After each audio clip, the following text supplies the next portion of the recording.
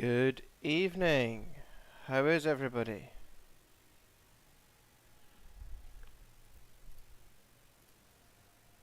Well, we haven't done this for a while, have we?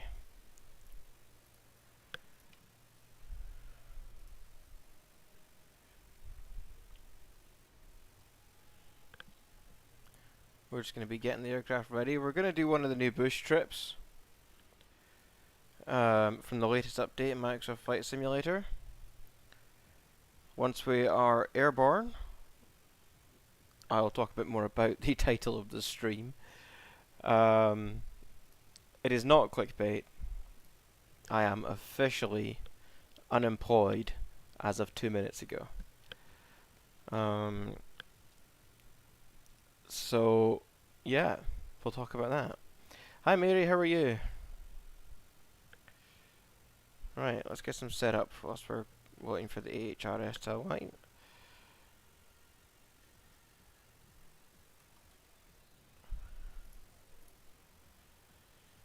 Okay,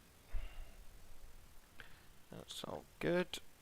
We will have a climbing altitude out. Let's try 3,000 until we see what's going. We will climb at 500 feet per minute. We want to nav on the GPS.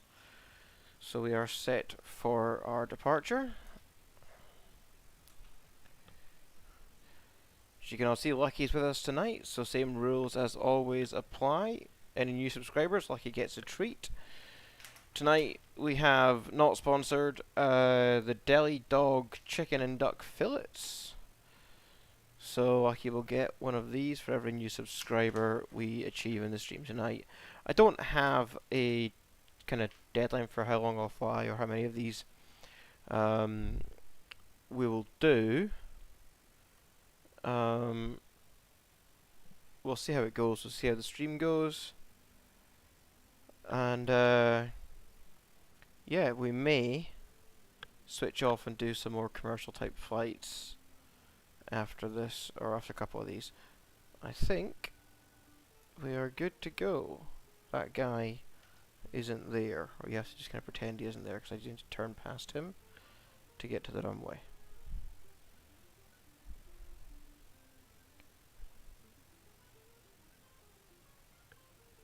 And he was kind of in my way.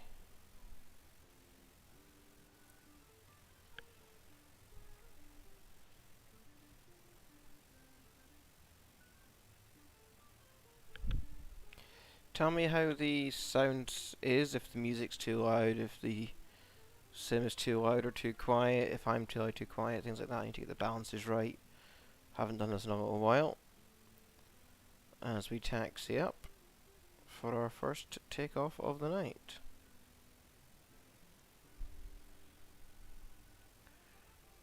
Which I've been looking forward to this, you know. Haven't just hung out and done flight sim for... I don't even know. Somebody check. Tell me when when my last stream was. It's got to be a couple of months easily. Probably more.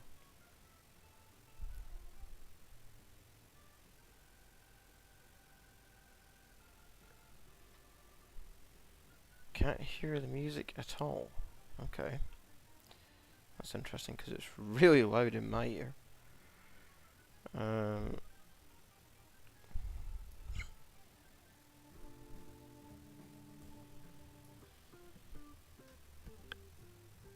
Is that any better?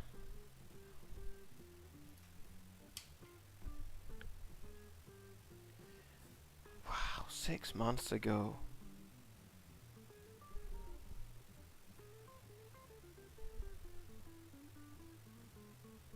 Okay.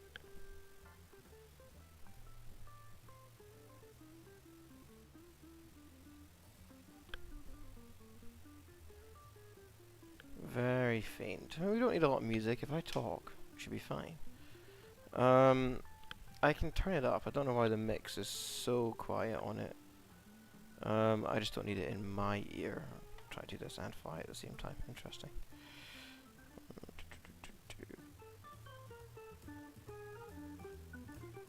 Maybe you'll hear what I'm hearing now. Maybe that's how that works.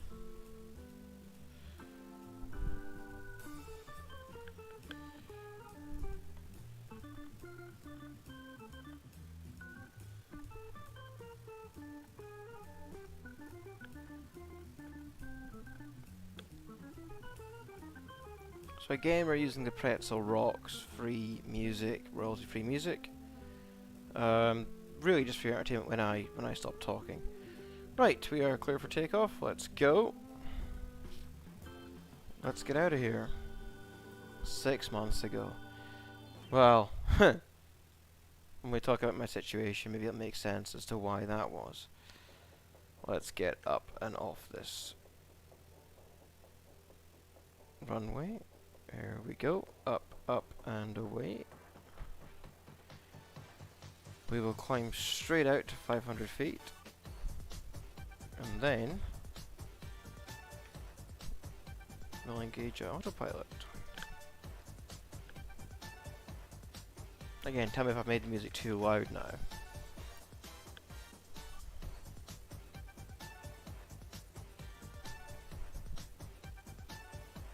Okay, let's go.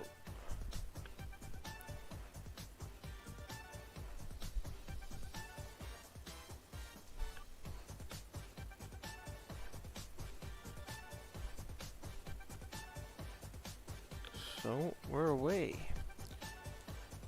The VFR map will not show us, should not show us the route, well, it will show us the full route of the bush trip, but it won't show us where we are because one of the challenges of the bush trip is to fly without the VFR maps. So we're doing this first leg, which is EKEB to EKSB. That's the leg we're doing just now. Great, good to hear. So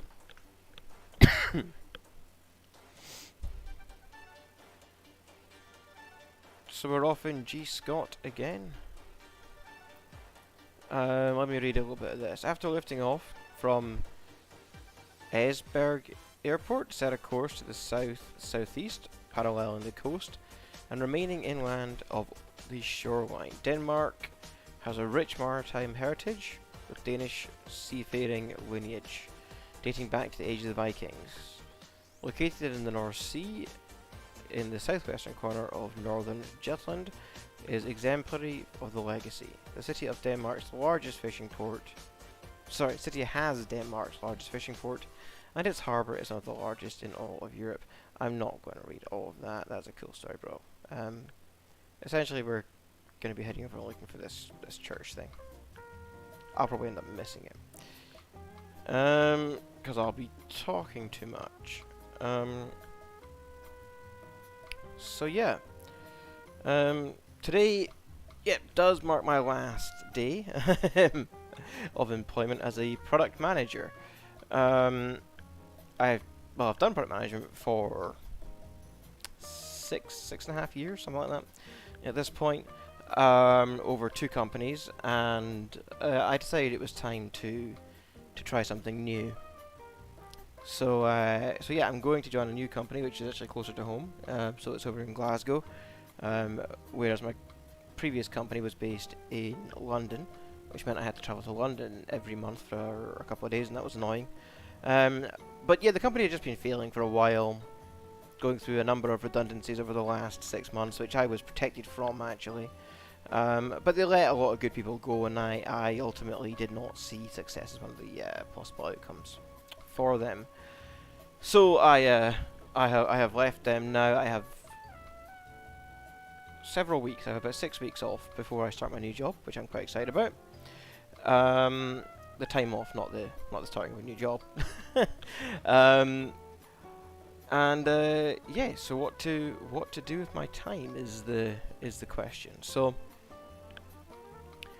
I have a couple of things I want to get done. I want to do some professional development, get a couple of certifications from Microsoft between now and the time I start my new job. I'm going to Romania for a week to go and see the in-laws.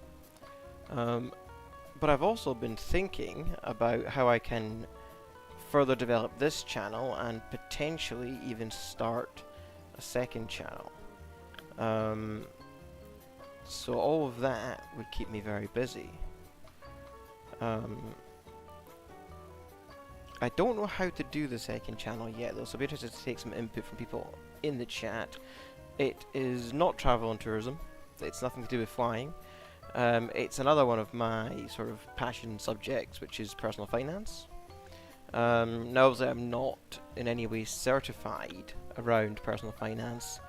It's just a personal point of interest for me. So, but I do find myself when I am talking to people in the pub or in London or just out and about, I don't know, it seems to come up a lot, right? Whether it's talking about um, company benefits or how to budget or how I budget or things to do with pension and retirement planning, all this sort of stuff comes up. And again, I'm no expert, but Lucky left. Lucky's not interested in the new channel. And there are a bunch of rules around what you can and cannot say and can and cannot do on YouTube or online when you're not certified as a financial advisor. So I've got some ideas around a channel. I'm kind of thinking I want to keep it relaxed, more sort of in the style of friends chatting, like how I enjoy doing it. Yeah, so when I'm out actually with friends or at the pub or whatever. You know, potentially some videos from my car, from over in the sort of studio, still in development, studio side of the office here. Probably start off just myself, because one of the challenging thing is people will talk about their personal finances and the mistakes they've made or concerns they have when they're talking to you in a pub. But getting people actually to join you for a conversation where they're talking about something as personal as personal finances, no less, especially in the cost of living crisis and inflationary environment that we live in today, is going to be a challenge, I think. Plus, there's the risk of, if it ended up being strangers or people I don't know, bringing them to my house to film podcasts or something of that style, obviously comes with some personal risk for me and my family. So, not sure if I would do that or not, or if we would kind of stick to something like having us both online in like a Teams or a Zoom call type thing. Although I think it's a bit less personal. I personally don't like watching podcasts that are done over Zoom calls. Lucky, go in your place. Good boy. Down. Down. So I need to figure out. I'll probably spend some time this weekend, maybe next week, when Dana's working, kind of looking at what I'm allowed to say and not say on a channel like that. Make sure I cover myself, but it would be nice to be able to do something in that space where I wouldn't necessarily be giving advice, but something I kind of want to see it as more of like a friendly chat, right? I'm not an expert. I'm going to get things wrong. Everybody has their own opinion on finance, so it would be entirely my opinion on things, and hopefully I would learn a lot myself as well. I'd be going into it as a learning experience. One of the things I was thinking about is that in my new role as a cloud solutions architect, I'm not going to be a product manager anymore. I hope, although this new company doesn't have a product manager for the space that that my skills and expertise are in. So there's a good chance I may end up falling back into the product management role. But I will make sure they compensate me for it if that's what happens. I don't want to. I want to take a break out, recover a bit from product management's like being in politics. It's very much a lot of negotiation, a lot of politicking, getting people on the right side of you and things like this. And yeah, solutions architecture is a lot more back to the technology that I like. We're here flying, being a bit, aviation nerds. Why would we not want to be, techie nerds like I am, in my professional life? And then if we do a channel on finance, maybe finance nerds. And I was thinking that as a solutions architect, I'm going to be more customer facing. I'm going to have to develop skills to earn people's respect and trust. so that they will tell me what their pain points are and their challenges are, and I can help them then design a technical solution for their pain points and challenges. And those skills are kind of in my head directly transferable to the kind of chilled back, friendly style conversational personal financy stuff that I would quite like to do on my channel. I say whether it's with people I know or whether it was bringing on volunteers, let's say, onto the channel over time. I imagine the first number of videos, 20, 50, would be me just trying out new things, right? Trying out different locations, different styles, different formats, until we got into a rhythm. I'd say I've got 6 weeks to kind of play with this if I choose to do it at all. So watch this space. It might never happen, it might not come to anything. I've been talking about it for a while. And we'll see if that happens. We're on 183, so where does that make us pointing? I think that puts us in point of interest 2. Yes, on course of 180, yeah. So we'll see. I'm also open to ideas for names for the channel. Bear in mind it's a personal finance channel, but it needs to be targeted at millennials and younger, really, because the best time to get your personal finances ready are really from the point at which, well, I mean, from the point you're born, but most people start earning after they graduate. So you're aiming at people sort of 22 to 50, 55 really is the demographic. So the channel name needs to appeal to people in that kind of age group. If we do it. So yeah, as I say, got 6 weeks, going to be kept quite busy. Bit of travelling. We'll do some videos in Romania for this channel, for the main channel. We did finally reinvest in a DJI Action Cam 4, which we had one of these for the Japan trip, which we returned when we got back because it had just come out actually at that point, and the one that comes with the extra batteries was such high demand you couldn't get it. So we bought the one that came with one battery, and then we returned it when we got back. That's a little bit morally dubious, but that's what we did. Anyway, I noticed that the set with the batteries, the extra batteries, was on offer. So actually cheaper than what we paid last year for the one with one battery. We got the set with the 3 batteries in this nice little case. This case doesn't actually charge the batteries, but it holds them, and you can charge them all in the case if you plug in a USB-C cable. But there's no additional battery in the case. So if you're on the go, in the field as they would say, and you put the batteries in here, this doesn't charge anything. This just holds the batteries basically. You've got a button where you can get an indication. You can see there's a green and an orange there of the charge of the batteries. The last one obviously is in the camera right now. We kept this from the Japan trip because I really like these. This is the DJI microphones that we use. Now, as it turns out, DJI's actually gone and released a microphone series 2. I don't really know what the difference is, other than, as far as I can tell, it allows wireless connectivity to the action camera rather than the way that we have to do it, which isn't a problem. We take the receiver with the USB-C attachment, and it just plugs straight into the USB-C port on the side of the camera. So now you've got like a double unit like this, which attracts attention in certain places that I can't talk about because of the green flashing lights. So be careful with that.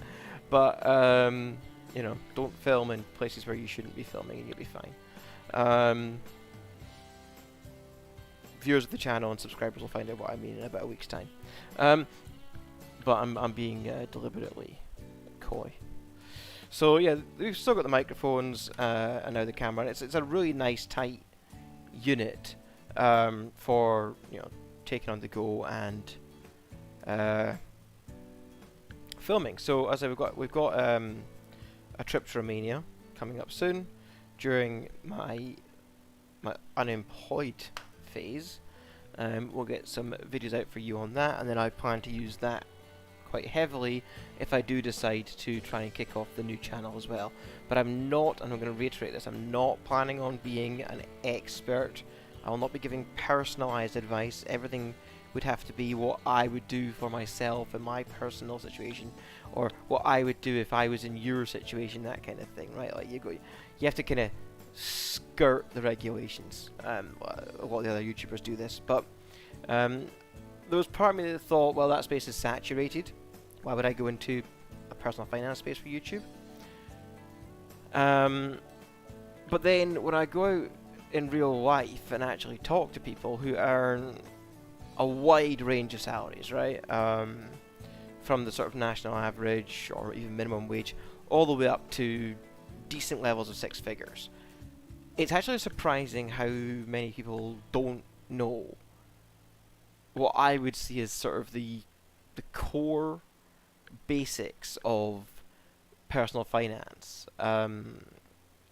and just what you can do, what the options are, not what you should do, but what you can do.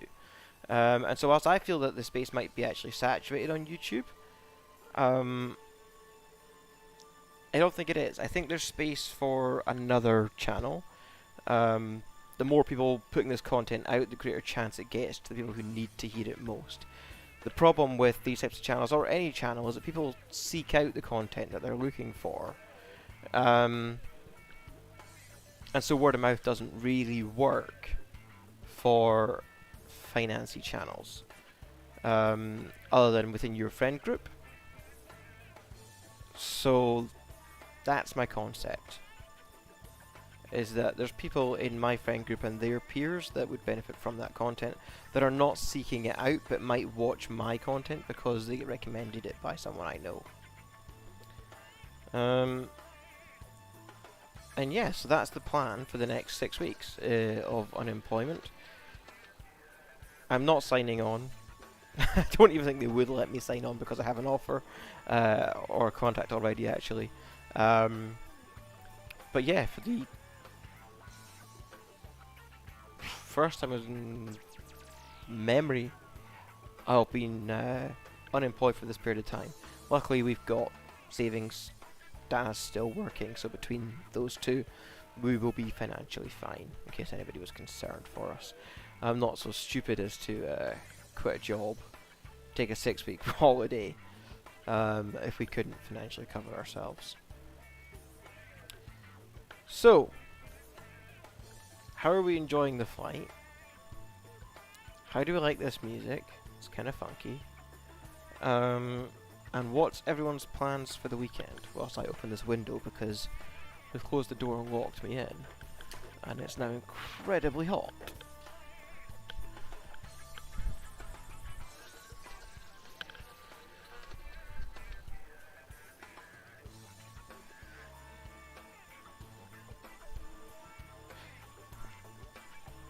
And how many of everybody has watched all my Japan videos on this channel? So we can go back and talk about those as well. I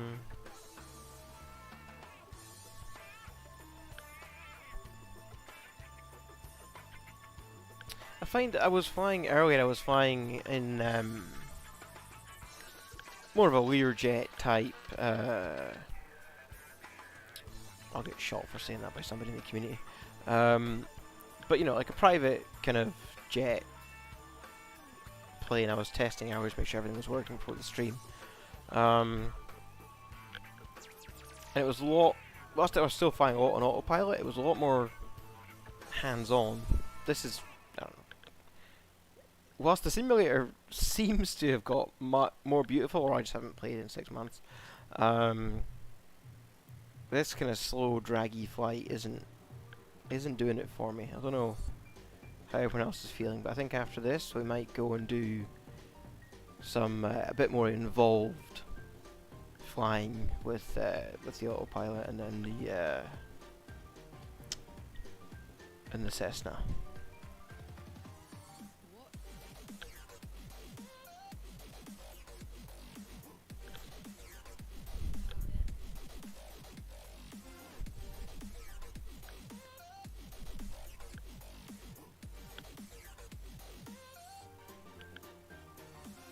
Okay, we're on point of interest 4.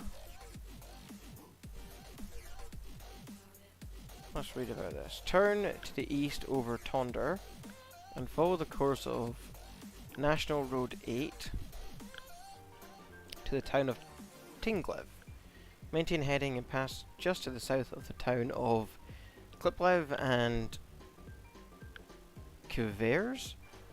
Gain a visual of, I'm not saying any of these right, Nyball, nor a small bay to the north of Flensburg Firth, the westernmost inlet of the Baltic Sea. The town of Gransten is located on the western shore of Nyball Nor. Gransten Palace, renowned as the summer residence of the Danish royal family, is located on the western edge of the town along the shore of the Gransten Slotso, the largest of a line of lakes to the west of Gransten.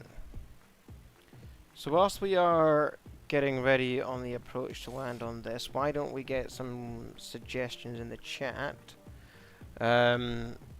for commercial flight locations that people would like to go between. Where did I fly on my birthday flight? So we did release a video on that. It might have just been a short, actually, because we didn't have the action camera. I don't think at the time. We took off from Perth. So I had not flown a real plane. I thought it had been 6 years. Turns out it's been 10. We took off from Perth and we flew down over the 4 road bridges and then back up the east coast and then in to Perth again. That's where we flew. We could do that flight if that's what people are interested in. If we could replicate that in the simulator. The instructor, because we just booked a trial flight as if I was a brand new student, and then when the instructor found out that I had a license, she was like, "This is going to be the easiest flight, like easiest trial lesson of her life." So I did the takeoff and most of the flying, and then she did the landing, which makes sense considering I hadn't landed an actual plane in 10 years. Dana didn't like it. Dana was a passenger, but as we started doing steep turns and we hit a little bit of turbulence coming into landing, we ended up doing a go around because we were making way for another plane that was lining up on the runway. Yeah, Dana didn't enjoy the roller coaster element of being in the small plane. So sadly, I don't think I'm going to be picking it back up as a hobby, because the only reason I really would, especially now that I'm married and it's not just my money, is if we were both going to be flying. Also, if I was going to be flying, but she would come with me as a passenger on our flights. It's too expensive to get back into it, do it regularly to maintain your license once you get it back, or your single engine piston rating once you get it back. It's too expensive to do all of that, and I'd probably want to start. I'd want to get ownership in a private plane, a small private plane, even similar to the one we're flying here, that had features similar to this plane has. You know, the glass cockpit, an autopilot, potentially even retractable wheels, retractable gear, things like this. So I'd want to invest in a complex aircraft, which means I'd have to get a complex aircraft certification,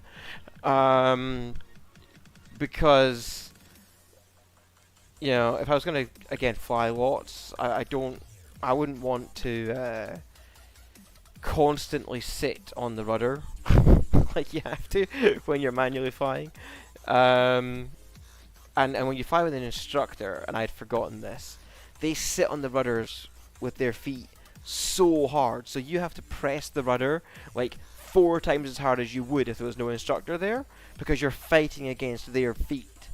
And when I came out of that aircraft, I felt like I had had a leg workout, which, yeah, kind of sucked. I remember when I was doing my training the first time round, and I got to do my first solo. That was the first time I had flown the plane without the instructor's feet being on the rudder. So I wasn't prepared for that. And then when I went to push the rudder at the level I would normally have to push it at, to fight against their feet, it went all the way down, and you know, there was a lot of, yeah, it wasn't safe. I'll say that. You quickly got a handle on it and things like that, but you know, not that any instructors would ever watch my channel, but if they did, you know, before your students go on the first solo, you know, reduce the pressure on the pedals for them, or take your feet away. I understand why your feet are there, because, you know, it can end badly, quickly, if the wrong rudder input is put in. But, you know, having them find out that the rudder pedals are actually not as heavy as they thought the first time they're doing their first solo, which is, well, you know, an emotional time for any student pilot anyway, is not the time for them to find that out.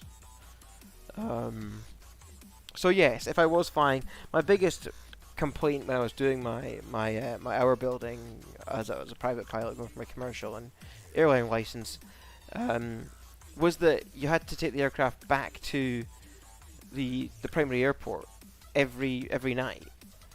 So, you know, if you wanted to go to Ireland, you had to have weather that got you to Ireland and back in the same day, which quite often meant you needed to have a night waiting or something, which I did have. But you know, the point of flying, and most people consider flying, they consider going on holiday, or at least traveling for work. And most people do not fly somewhere in the morning and then have lunch at the airport that they landed at very quickly, then get back in the plane and fly home. Like, you fly places to go and visit new places and new locations, and I would want the freedom, if I was getting back into actual flying, I would want the freedom of being able to say, okay, the aircraft's mine this weekend, or this long weekend, or whatever. I pay for the wet hours, meaning the time in the sky, and the fuel for that time. But if I'm shared owner of the aircraft, you're paying so much for rent every month and for maintenance anyway. And then you can go places, you know. Not too far. Again, these small aircraft are not going to, you know, you're not going to fly over the Atlantic, but you can actually fly to some of the islands around the kind of west coast of Scotland, or you can fly to Ireland, or wherever. There's lots of different places you can fly to with these small aircraft. Land and do an overnight, or even do a couple of days, you know, wait for the weather to clear up and then come back. And that would be the freedom I would want if I was going back into it. And you know, some of the best parts of flying is the visuals, right? I mean, you know, even here we're sitting watching the ground, and as we're soaring over Denmark, you know, it's the visuals, and you know, whilst you're always piloting command, you're always monitoring, even when the autopilot's set up and configured. You know, the fact that you can relax a bit more, and therefore give yourself more brain space to focus and monitor on all of that, but also enjoy the scenery. It's something that I would want. You know, I'm not looking to get back into it when, you know, you're spending your whole time, you know, fighting the rudder. It's just not. You know, I'm. People would call me young, but I would say I'm too old for that. Yeah. I actually quite enjoy. Again, I guess being a technical nerd that I am, working in IT, I like seeing the technology do it. I like flying with the autopilot, and being like, wow, how does this work? Always I want to take off some landings myself, but even the kind of ILS assisted approach is a cool thing to see happen. That the plane just does that, you know, by itself once you've obviously set up and configured it to do that. Okay, I've got 12 minutes on this leg. 55 seconds left. and then we'll be turning on to the approach.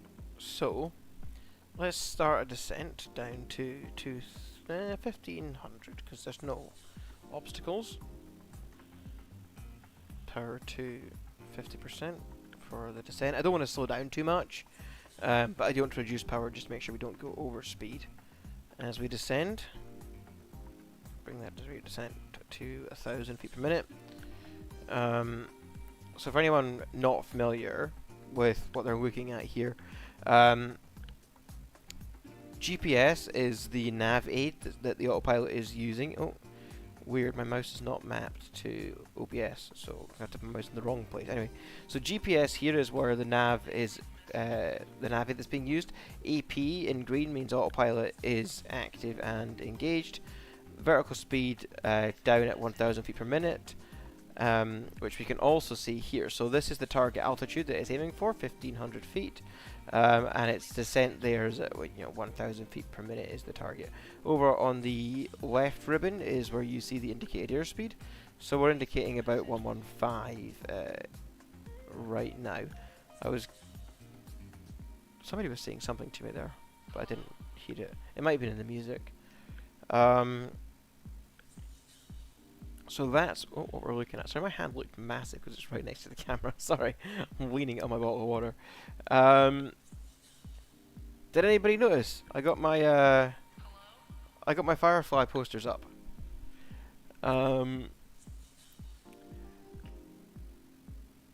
So finally, I got my laser level, and I got my Firefly posters up, and then in between them,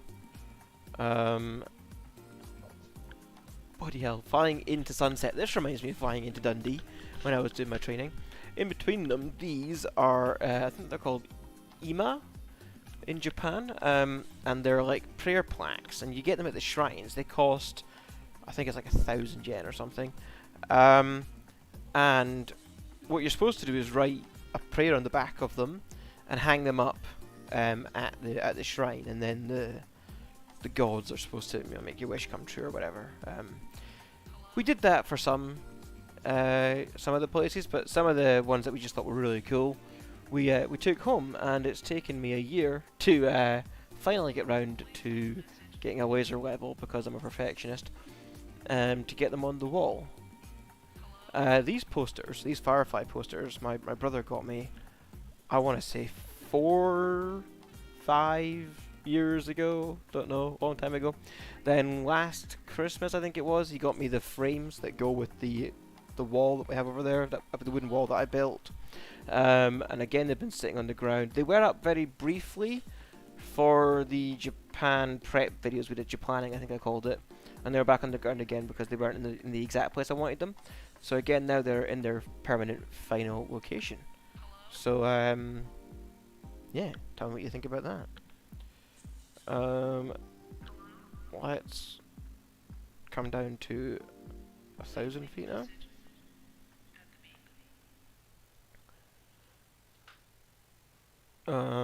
Okay, I have the field in sight, so I'll turn autopilot off, and I will manually take her down. But this very much feels like flying in Dundee. So when I was doing my hour building in Dundee, quite often I would, we had bought a bulk kind of set of hours, and we got a bit of a discount on it. But it meant that I was only allowed to fly in the afternoon, in the kind of less busier time when the airport and the school could make more money from students who didn't want a discount, basically.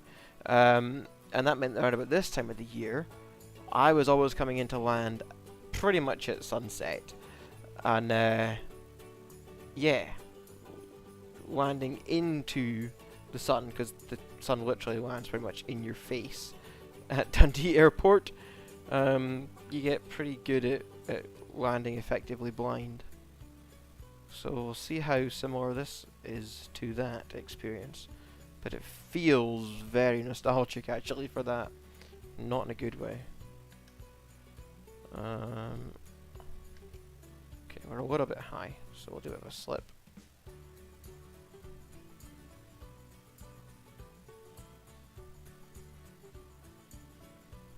an that airspeed. We're a little bit slow.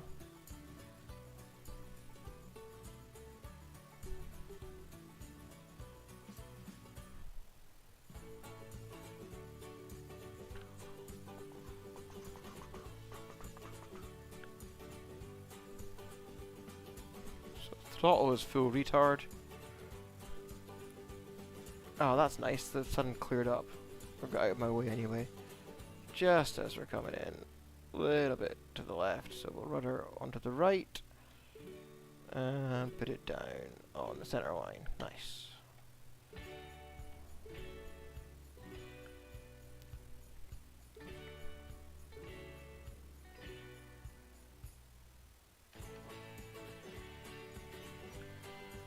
Okay, so since we've not had any suggestions in the chat, now here's what's interesting. It hasn't told me I've completed the leg.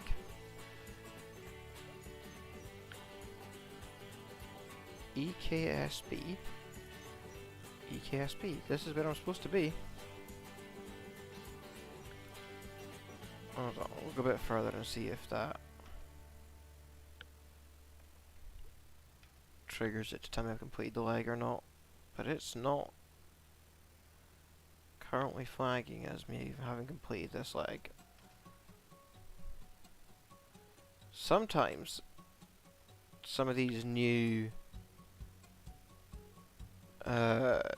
push trips don't work. And what I found on one of them was because it's probably the same with this actually. The airport might have actually changed its identifier. So the game's been updated, or the simulator's been updated with a new identifier, but the bush trip hasn't. So it's not logging me as having completed this trip, the leg of the trip, so I can't actually go on to the next leg. Well, actually, that's not true. I can, because it's all in the flight plan, isn't it?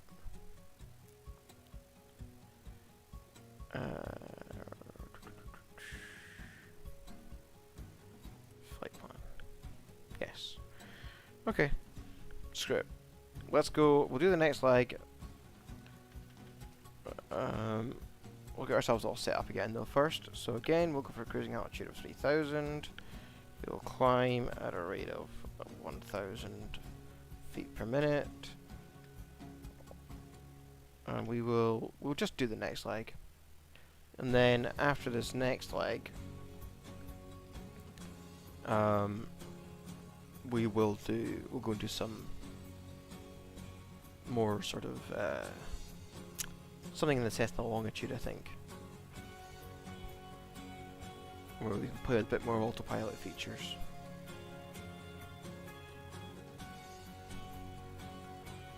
Up, up and away.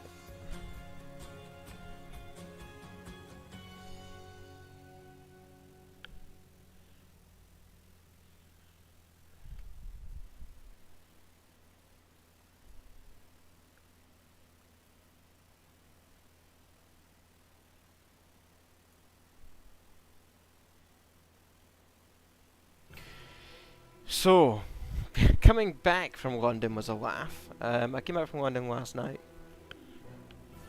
Every time I travel to London, I always get some sort of delay to my trip.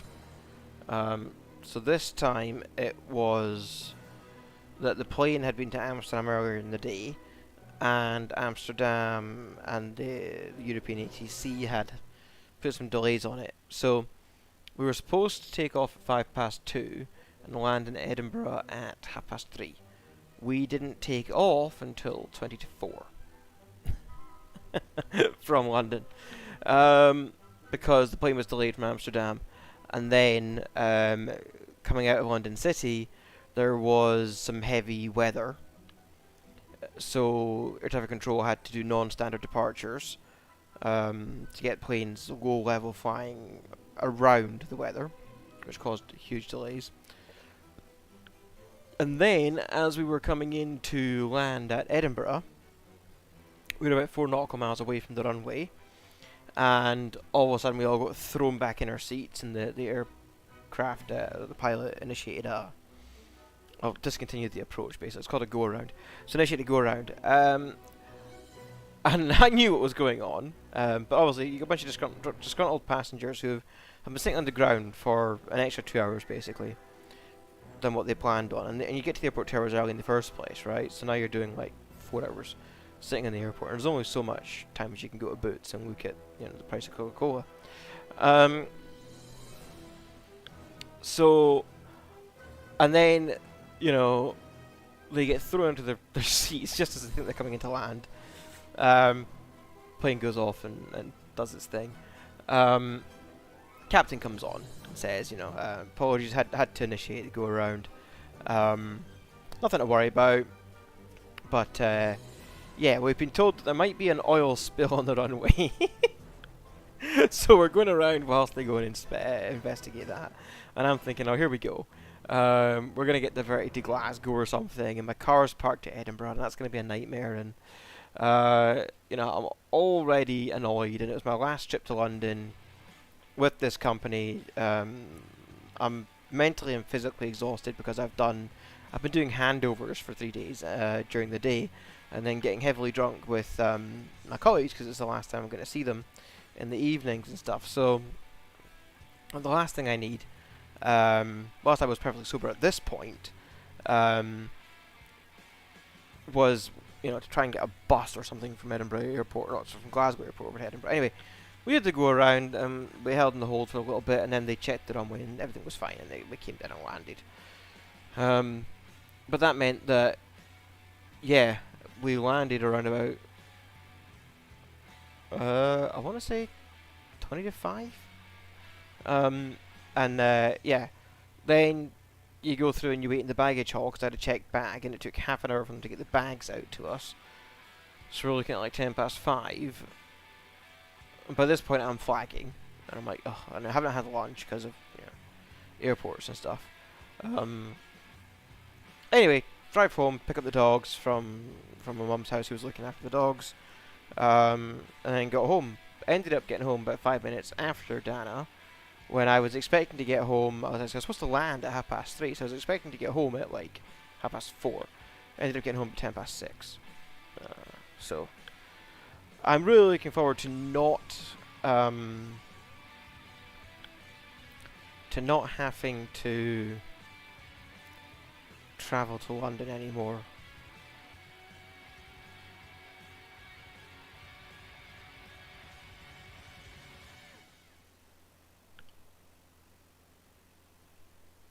Because I always get delayed. And at least when you get a train, if you're delayed more than half an hour, you get a certain percentage of the ticket back, which is quite nice when the company pays for the ticket up front, and then you can do delayed repay and get your money back, or get the company's money back, but into your account. It's like a little bonus for being delayed, but it, you know, it only goes so far. If you're like an hour delayed, that's fine. If you're 6 hours delayed, which I was once because it was flooded, and my train got cancelled, and then they got me like dog-legged around the country. Eventually I ended up in London at like midnight. That sucks. So the only delays I will have now will be roadworks and people breaking down, and you know, that never happens.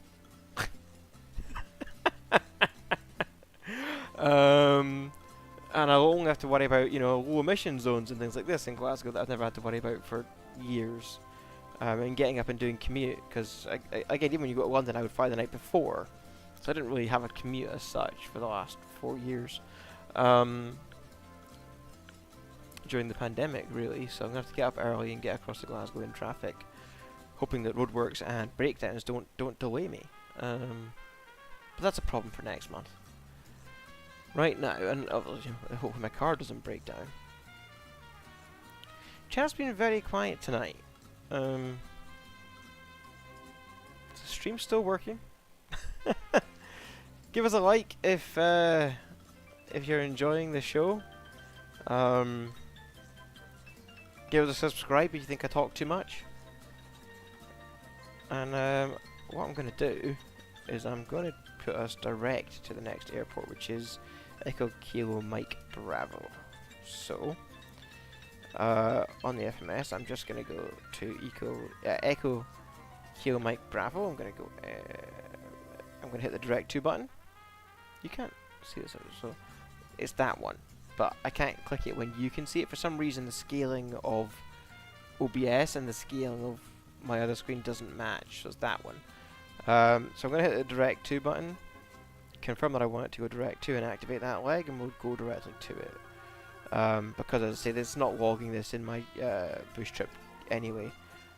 And it's now telling us that it's going to take approximately 21 minutes direct to the next airport. And so after that, as I say, then we'll go and do we'll do a couple of commercial flights after that. Got on top of the Loka Burger Basket building. I don't know, is there a runway there? What is that? Hold on. I'm not in a helicopter, so landing on top of buildings is not particularly gonna happen on this stream. Loka Burger Basket building. What the hell?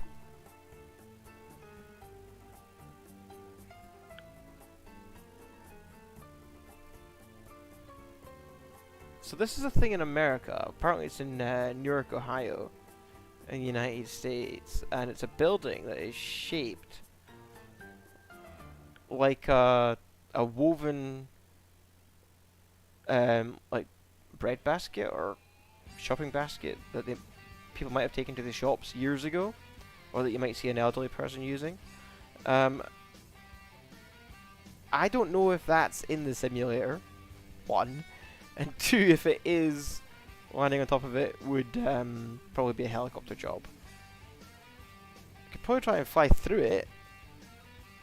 We could try that. We could see if it's there. It might not be there. Let's see if it's there first. Flight Simulator 2020.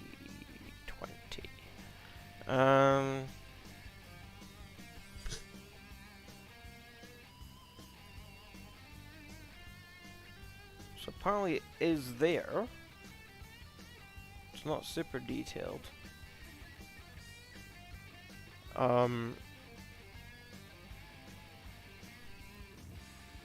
Apparently you cannot fly between the handles. Someone said this years ago. They tried it in F-18 at Mach 1.2 and the building hitbox doesn't have a hole for the handles.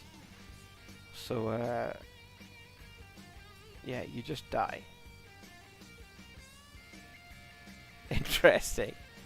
So no, you couldn't even land on the roof of it, because apparently the way that it's been designed in the game, the box of allowable space around it doesn't actually allow you to land on the roof, or even to fly through the handles. So probably not going to do that then.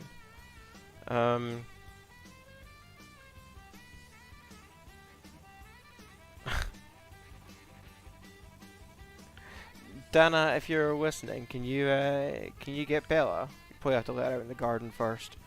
Make sure she's done her stuff, and then we can bring her in. Lucky, go in your place. Come on. He's at the door. He's staring at me. I can see him. Lucky, come on. Go in your place. Good. Down.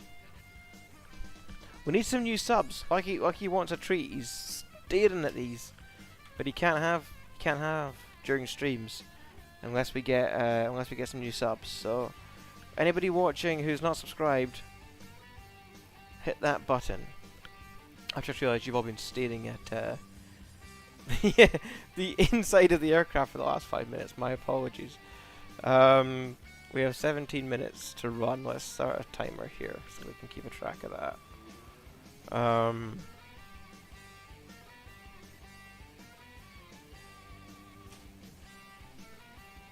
Has she been out? Okay. Yeah, alright. BRB.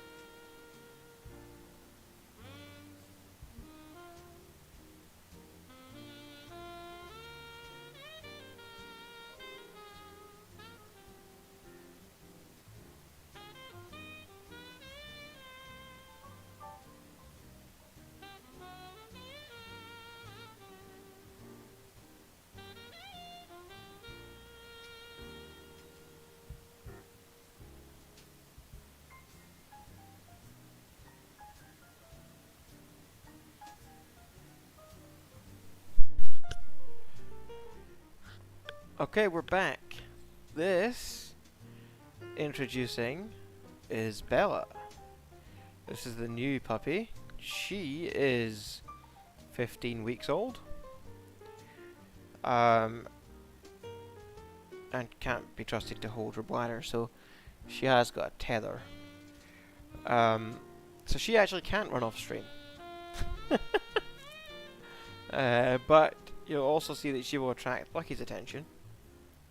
So now you'll get both of them on the stream anyway. I swear, I should just do a live stream with the dogs. That would get more subscribers than the flying.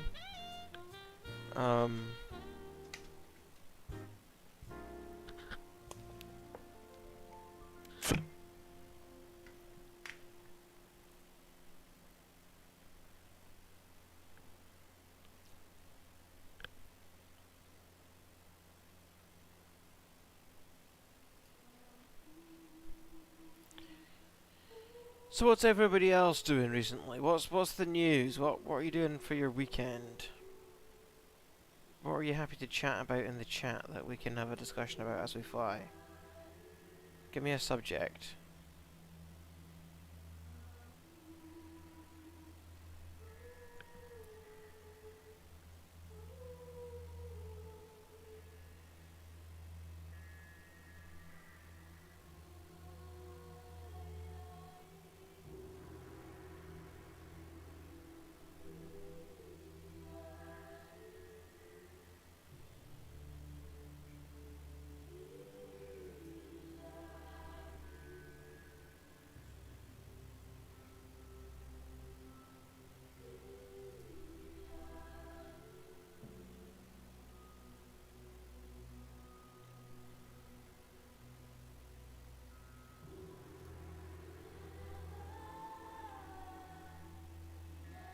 I'll move the treat text up a little bit. Nobody will read it though. Maybe I'll put it down. Does that work better? No, I'll try it at the bottom. So you can see the both of them.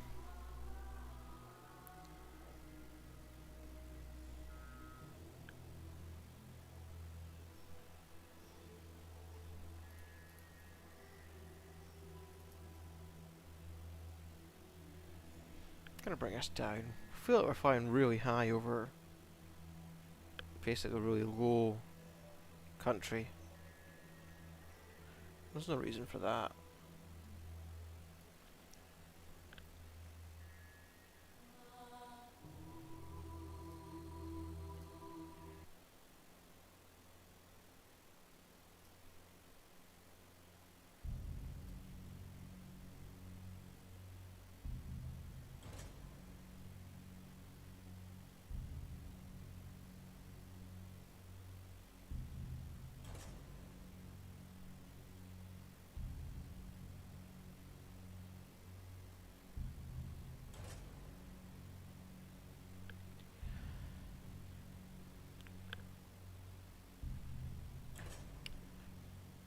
So yeah, what else will we talk about then? My trip down to London, pretty sure was also delayed. Got on the plane at the right time, and then they delayed the takeoff for like half an hour for some reason. I think we were just in a queue. Pretty sure that's what happened there. But yeah, the 10-hour train journey from Edinburgh to London King's Cross. This was maybe 6 months ago now.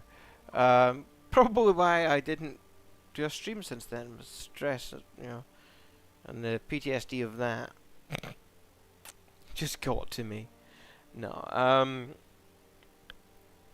but that was awful. It was like torrential rain. The train was stopped and delayed, and it was flooding and whatever. And yeah, then 10 hours later we got to London. And then I think what happened was that the meeting that I had actually gone down for the next day got cancelled the next day. So the whole trip ended up being a waste of time.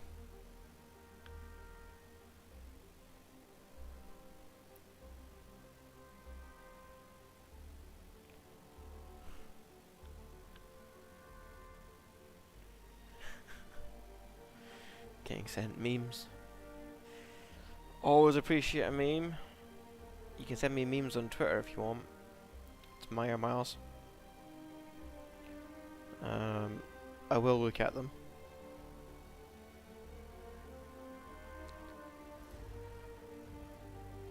Trying to get Pretzel to give me some decent music. Oh, maybe this is better.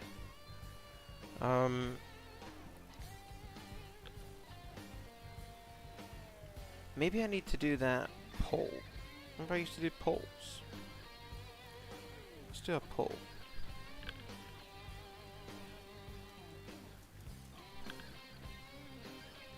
Oh great, there's a learner. Ooh, learner tried a 3-point turn outside right next to my car. I have to hit the bin first, so at least it'll be that. But it might just. Oh god, he's gonna potentially hit the neighbour's car now. He's right in the middle of the neighbour's driveway. Don't you just hate when someone narrates something that you can't see? And you can't actually have to trust them.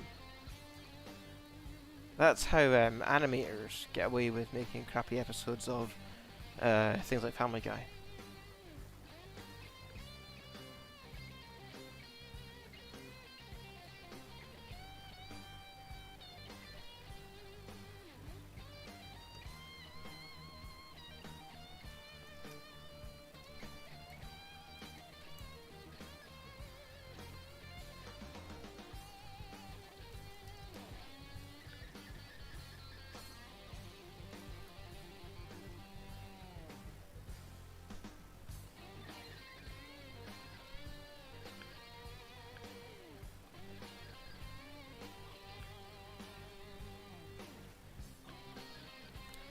Ooh, new subscriber just as I sent the poll out. 2 new subscribers just as I sent the poll out. What's happened? Are the bots here? Are you real? Are you real? Are you gonna run away the second that the stream ends? Possibly, I've seen that. But we also catch people like that out because that latest highest will go up to 975. Oh, look at the dogs. Lucky, here. That latest highest count goes up. So the dogs don't just get loads of treats. You can't subscribe and then unsubscribe and then whatever. We caught on to that trick a while ago. So we'll update that. 975. Thank you very much to the 2 new subscribers. Each dog got a treat. Does that count, or do they need to get 2 each? Maybe they need to get 2 each.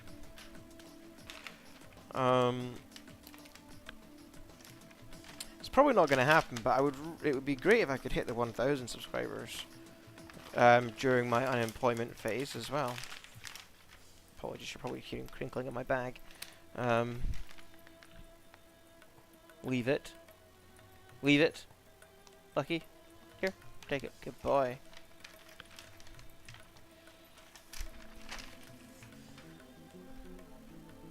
There we go then. 2 new treats. Out for the dogs. Thanks very much. How are we doing on the nav log? 10 minutes of our 17 minutes. Double check that. We have, 6 minutes to run on this flight.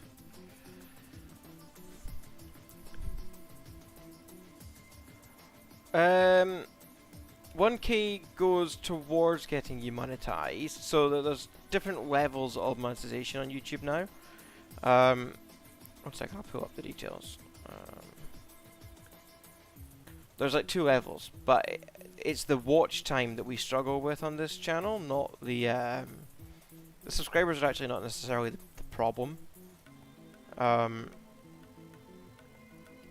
So for monetization, to get the first step, you need to have 500 subscribers, which we hit ages ago, but you have to hit 3,000 hours of watch time, and we're currently sitting about 1,700, so about half of that within a year.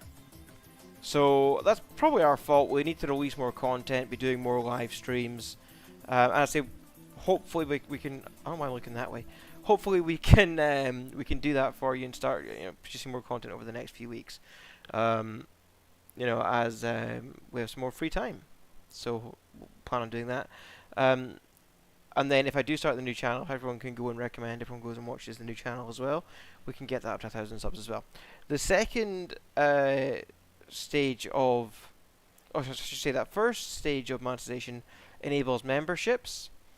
So you can get people who basically subscribe to your channel and give you a certain amount of money as a sort of recurring tip every month. It enables super chats. So during live streams, people will be able to super chat me.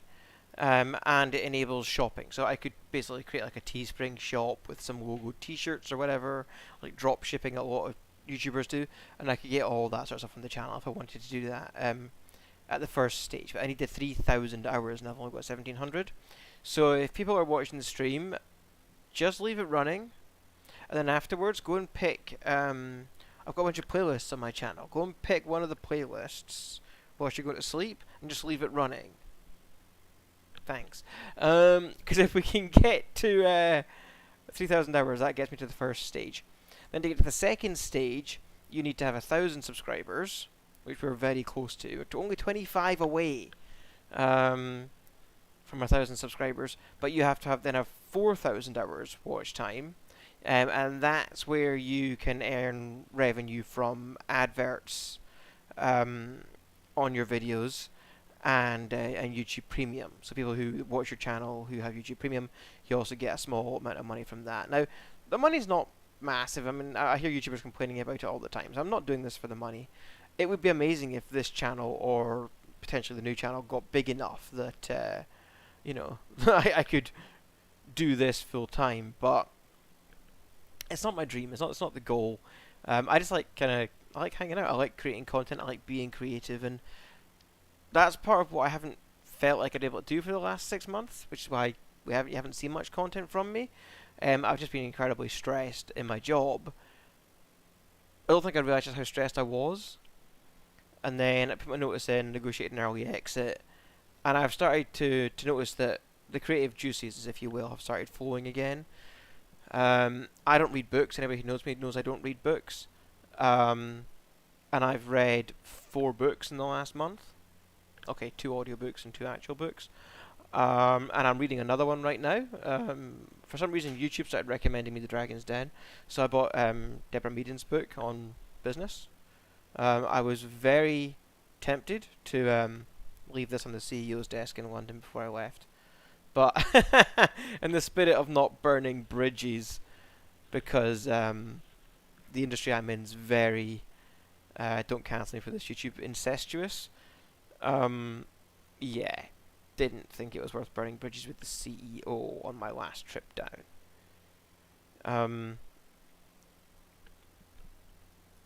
So I didn't. I've kept it. And then I read the first couple of chapters in the airport whilst I was bored.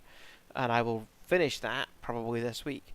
Between reading a bunch of heavily technical textbooks on Microsoft 365 stuff, planning for the trip to Romania, potentially launching a new YouTube channel, and editing videos and creating content for this one. So I'm going to be really busy this week. That's the plan. Probably just going to sleep and walk the dogs. I've had some colleagues that I was talking to on the nights out that said, look, you've got all these plans for your 6 weeks, whatever, but you know what? If you just take a couple of weeks to relax and recover, that's not a terrible thing either. I wonder if that's my runway that I can see flashing in front of me. No, well, yeah, 53 seconds away. Yeah, probably is. So, Miles, stop blethering. Well, tell you what we'll do, right? We'll do a right-hand pattern.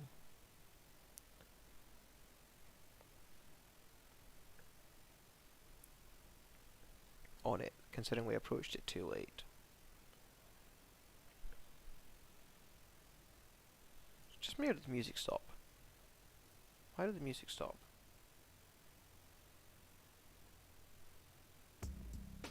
There we go.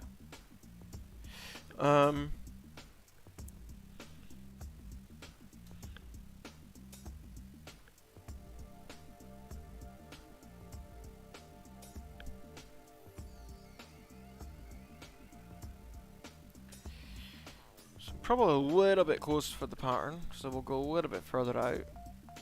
Getting a bit low as well. This is not a stabilized approach. We can make it one though, it's fine. So now we're flying out till the runway's about 45 degrees behind us, which is probably going to be about now, and then we'll begin our turn on to base.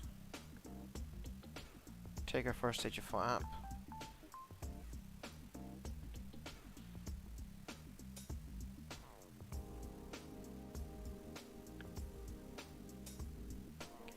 I don't know how people know, but the viewer count always seems to go up as we're coming in for a landing.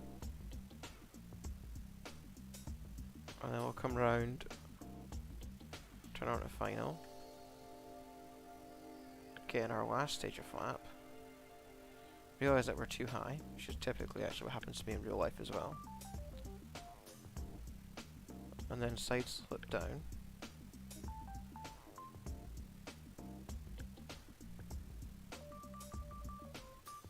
Keeping an eye on that airspeed.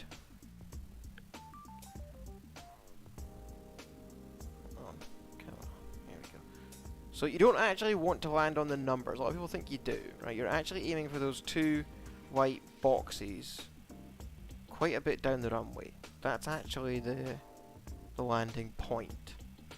Now, a lot of general aviation pilots, like I was, want to land on the numbers, but actually where we landed there, that is the official landing point that the commercial guys aim for.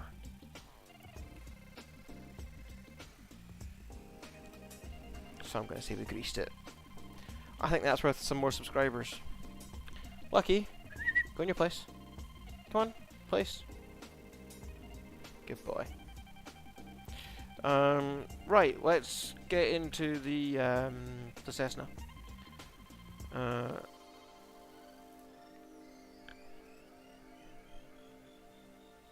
So yeah, in short, to answer your question, I could be monetized in a way kind of now. I could be getting super chats and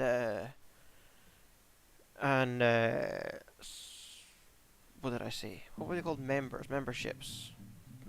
But I need to get 3,000 watch hours. So if people want to help me out, go and find a playlist on my channel before you go to sleep. Leave your phone or your iPad or whatever you choose to watch things on. Leave that on, watching that playlist. Do that for me every night for a week. Be really, really helpful. Right. So, yeah, we're going to be in the Cessna Longitude. It's my new favorite aircraft in the sim.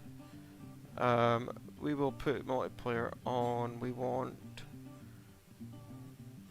custom weather because you all prefer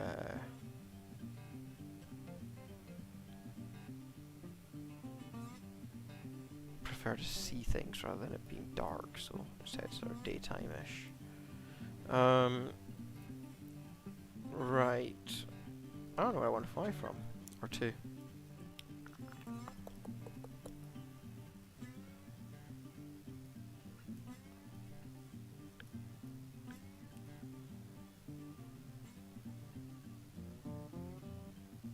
How about we fly? No, I'm not doing that. I did the whole Moscow thing on a previous stream, and a whole bunch of people simming F-14s came after me. It was hilarious. But we don't need to do that again. I'm trying to actually get some new runways and airports that I haven't actually landed on before, so what have we got here? Okay, so this one is the departure. We typically want our flights to be less than an hour. So, how far is that? 33 minutes. Fine, if I do Altitude Airways. And we set a departure out. Why would I be on runway 29? Runway 11. Yep. And I'll explain why I'm setting up a departure once we're in the aircraft getting set up. This aircraft, well, essentially really needs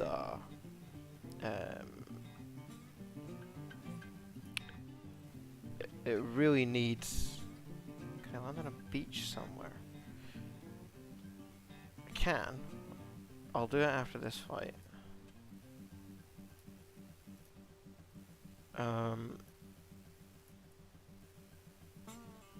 So I'm setting up all these runways and departures and things, because this aircraft really prefers you to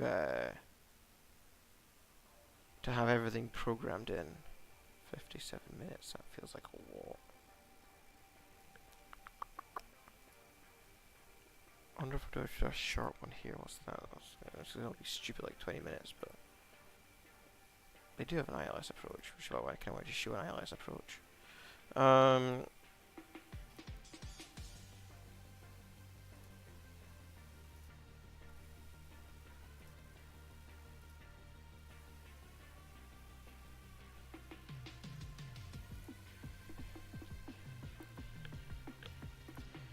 Could go direct. 28 minutes. That's probably more like it. Okay. Let's do this. No idea what these runways are. It is asphalt. 3000 should be fine. But yeah, this aircraft, when you're flying the more complex autopilot and commercial procedures, rather than the VFR style that we were just flying there with the small one. This aircraft wants it all programmed in, otherwise you have to mess about with it whilst you're flying. And we might still have to mess about with it, and that'll be fun, it'll be fine. Everyone will survive. Right, let's get ready for this departure. So, we have been cleared. Takeoff runway 11, climb to 13,000 feet. So, again, if you remember what we said before, that number that's going up on the right, top of the right ribbon, 13,000 feet, that's what we've been cleared to climb out to.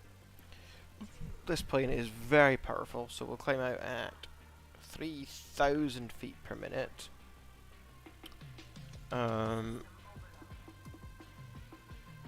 Next, we want to make sure that the nav source is the FMS, Flight Management System, which it is, and we want to turn on our speed bugs for takeoff, so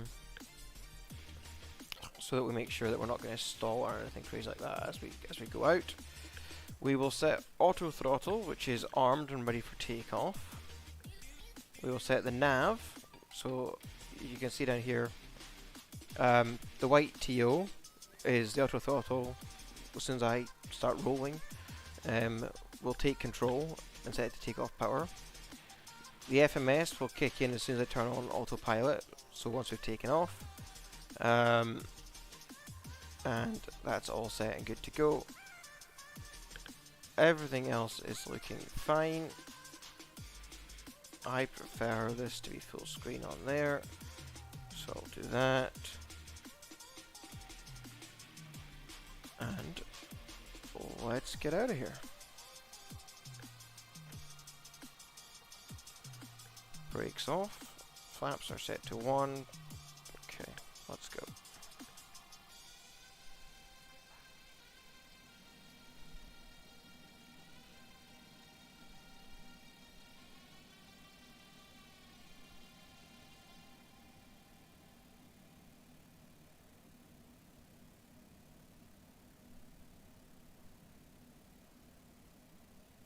So that's V1, rotate. V2, gear up.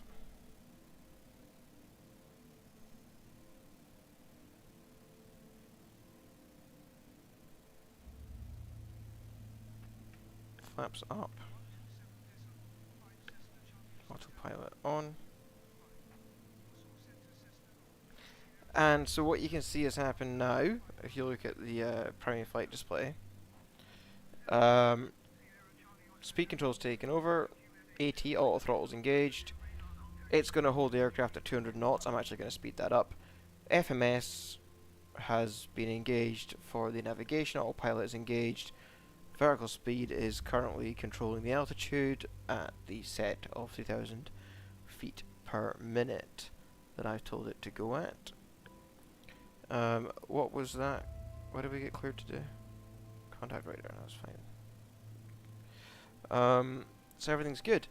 So the next thing I'm going to do is I'm just going to flick the speed over to manual, and I'm going to crank that up to 300 because I don't want to be messing about.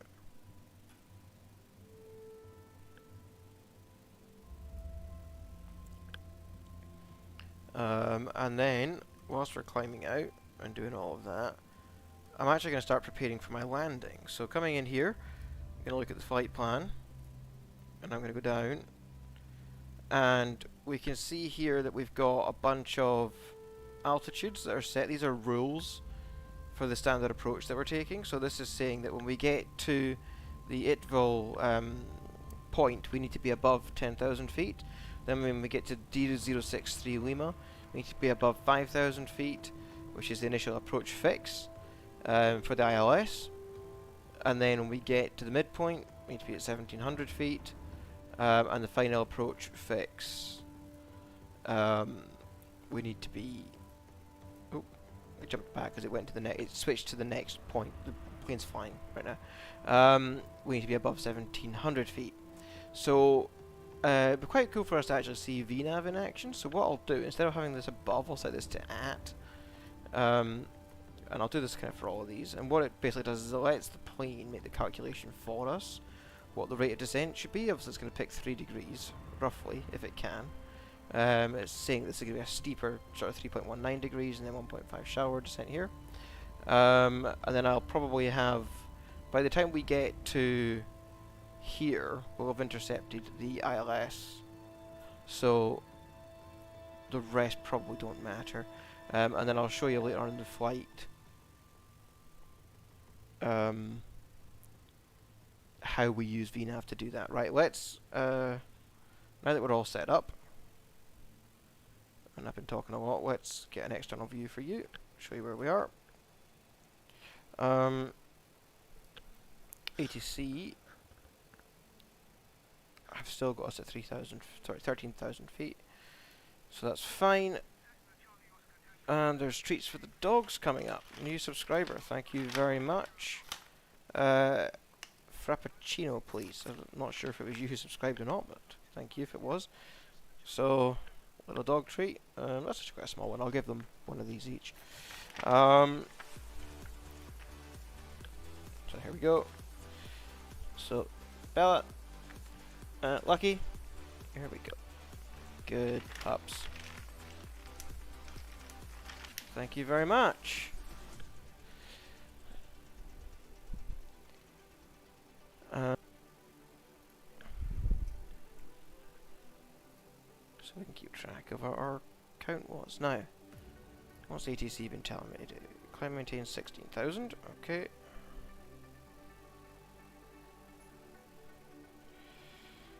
Okay. I can climb faster than that. 3,000, probably even 4,000 feet per minute. I like this plane, again, being the tech nerd that I am, because you've seen all those touch screens and buttons and things like that, you know, I actually find this considerably easier to fly and set up than something like the Airbus or even the Boeing, because it's basically like flying an iPad.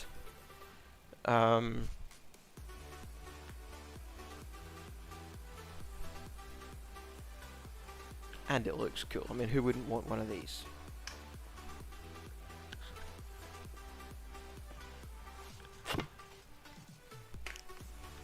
I had it up at flight level, something like 410 last night.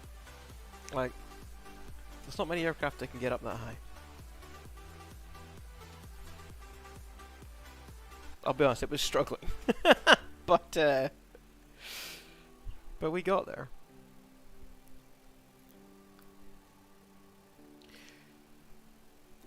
For people who don't see flight levels, it's roughly 41,000 feet.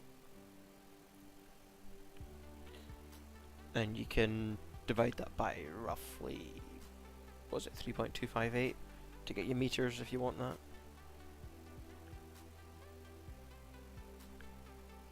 Roughly 3.258. Yep. So VFR map, because we're not doing a bush flight anymore, we can actually follow ourselves in.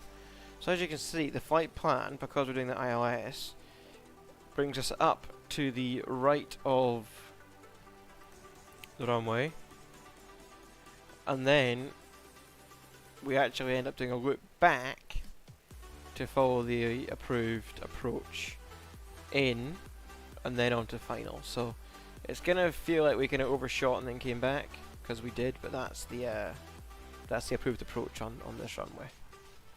Which is why we're doing it at 300 knots and not the 250 that you would typically fly this plane at.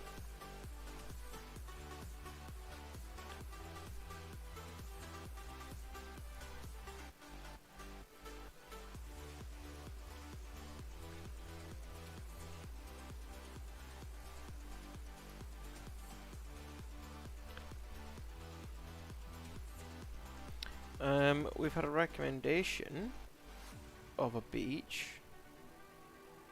I was going to pick the one on the west coast of Scotland, but Maho Beach. Where's that? Beach in St. Martin.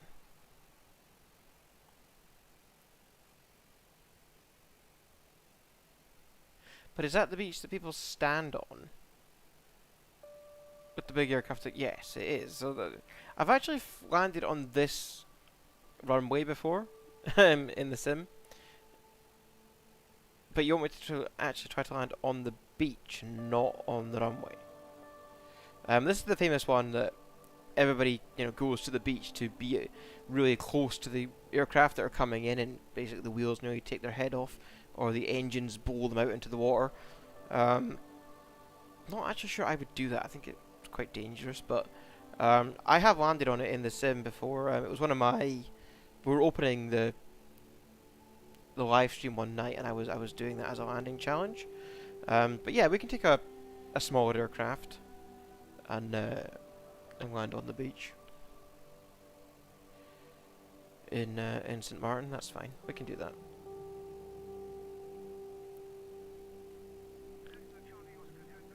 I apologise if the stream is bad. We are on a 5G network, so hopefully it is getting rebalanced and coming up. But YouTube hasn't complained. YouTube's telling me that the stream health is fine.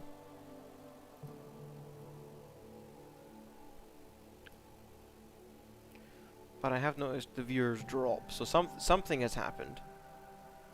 Something has happened. I'm doing my best. The phone that I'm using for internet is has direct line of sight, basically. If it's dropping, it could be that there's too much load on my network from something else. Lucky, go into place.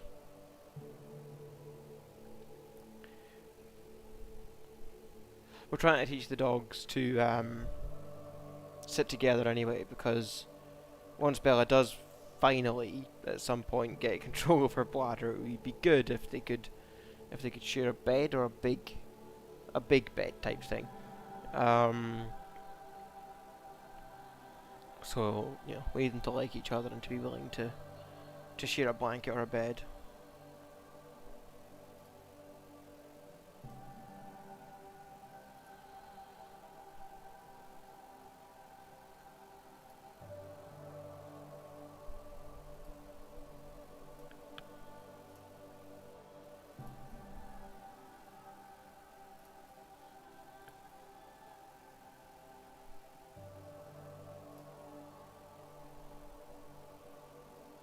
This is a beautiful part of the world, though. Part of me would want to do like a Top Gear challenge on the ground, get a car and try and just drive as fast as possible down that beach that you can kind of see. For you, it'd be over here if you can see my mouse. I need to try and find a way or figure out why OBS is not syncing up with my actual screen. Why it thinks my mouse is seems to be something like 20% to the left of where it actually is.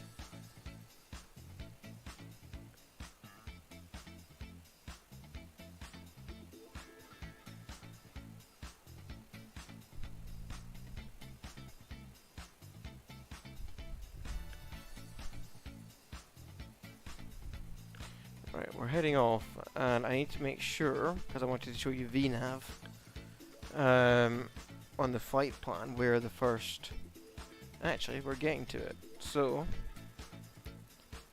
we're now heading up to Itville, and this is where VNav would come into play. So, we've said that at Itville, we need to be at 10,000 feet. There's not a lot I can do about the stream quality without restarting the stream. Hopefully it will come back. So I'm going to enable VNav by clicking VNav. You can't see that. By clicking VNav up here on the dash. And then what I can do is I can actually just reduce the altimeter to 10,000. So I'm setting a lower floor of what the aircraft, where the aircraft can actually take me by itself. And then you see that here path is now armed. And when we get to the top of descent, which will be calculated by the flight computer. So if you can see here, TOD, top of descent, just below my mouse. I can't actually move it further down because I'm at the bottom of the screen. That is when the plane will start to descend in order to hit the point at 10,000 feet. So that's all been pre-calculated by the aircraft. And so we can just continue watching from the outside.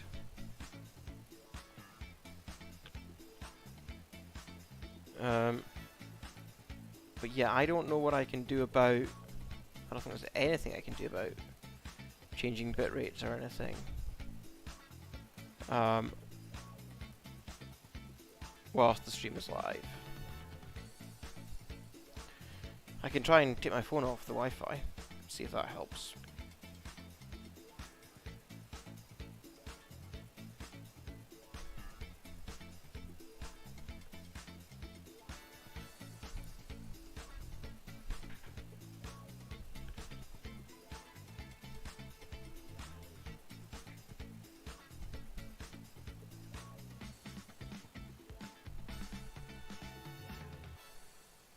But if we are having stream issues, I think what we'll do is we'll do this flight, we'll try to land on that beach, and then I think we'll call it a stream after that. So probably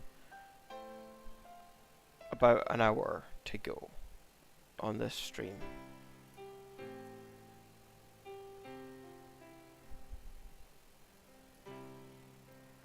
If we do that. But it's strange because YouTube is telling me that that the stream is excellent connection and excellent quality. So I do apologize if the microphone or something is not sounding correct. As far as I can see and hear through OBS, everything's sounding fine. So 1 second, I'll try to replug the microphone, see if that helps.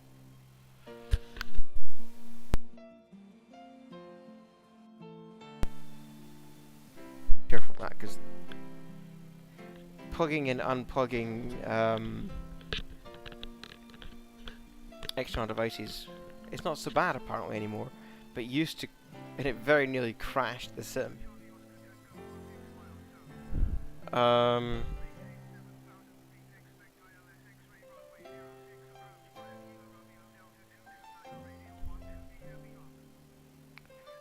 So he's telling me to descend and maintain 7,000, but I want to show you VNAV, so we're going to sit and let... oh, now they're dropping me all the way down to 1,700, 1,700.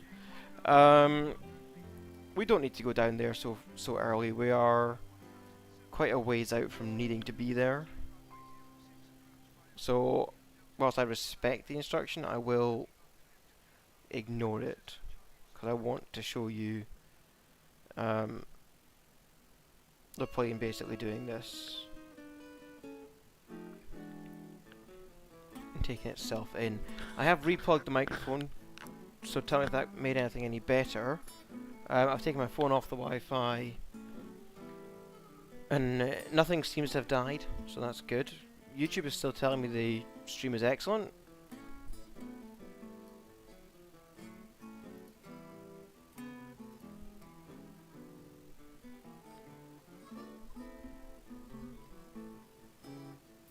If we do that. But it's strange because YouTube is telling me that. Yeah, and you'll. I was listening back to the replay there for a second. Seems to be okay on my side. So hopefully it's okay for you. So as you can see, we've now hit top of descent. The purple. That's really frustrating. I can't get my mouse that far down. I'll try to move this. The purple number here to the right of the ribbon is telling me that the VNAV, which is preset into the flight plan, is what's bringing us down to 10,000. And it's not that I've not set that as a vertical speed. Right, so that's not a vertical speed. That's a VNAV altitude that it's aiming for. And then you can now see that path has turned green, meaning that it is now active and it's following the VNAV path based on the flight plan. No, these are not the headphones I got fixed. The headphones that I got fixed are my Bose ones, and they're over in my other bag. They are Bluetooth, and Bluetooth is not a good idea for streaming. Not with my computer anyway. I would need to get a much better Bluetooth receiver. I have Bluetooth headphones for work, when I used to have a job, and yeah, even though the Bluetooth receiver's right here in front of me, they would still disconnect and have connection issues. I'm gonna just try and listen back to some of the replay again, because I want to know if it's on your side or if it's on my side. Again, because I want to know if it's on your side or if it's on my side. It feels... again, I'm listening back to the replay of the stream. Everything sounds fine to me. Is it... YouTube is telling me that... Is it just me hearing things good? Is anybody else having problems with the audio? Because it feels like from what I'm seeing and what I'm seeing from the YouTube stream, that everything's fine. And so it may be on your side, Mary. You may need to close the YouTube app and rejoin the stream. See if that fixes it. But I'm not detecting any problems on my side.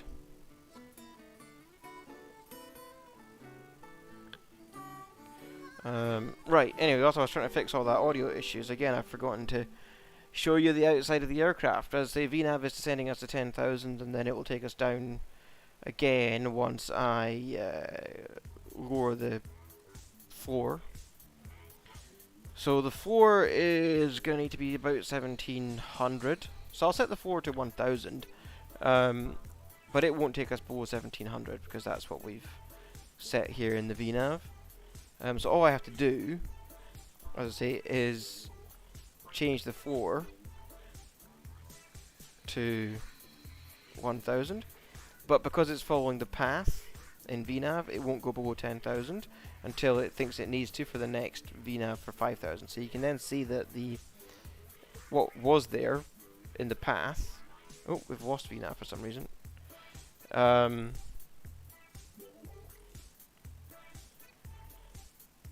So pit's now held in. So what I'm going to do is I'm going to set a 7,000 altitude, and I'm going to to set a rate of descent on it to hit the 7,000, and take a wee look at my VNav setup. I'll see what's happened. 5,000 feet at... Okay.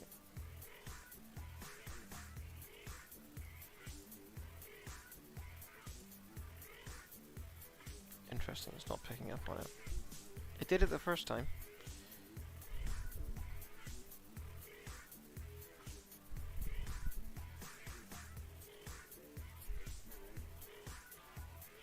See if that does it.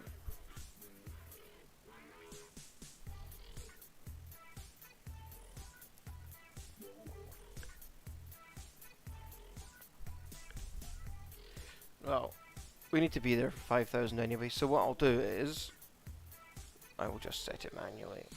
It got me down to 10,000 and then VNav decided it didn't want to play. The path is armed, so we get down to 5,000 and see if it kicks itself back in after the next point.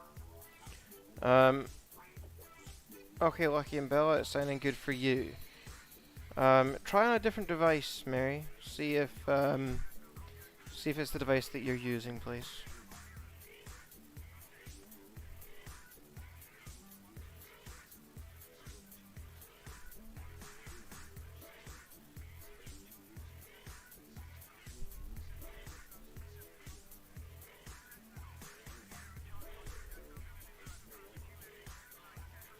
It's about to get really busy in the cockpit here as I bring this thing into land.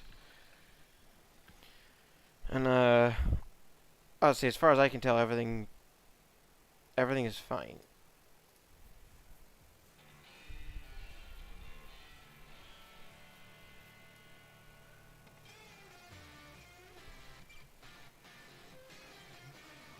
Okay, perfect, cool. Glad it was on your side. Yeah. Technical support in the middle of trying to land an aircraft.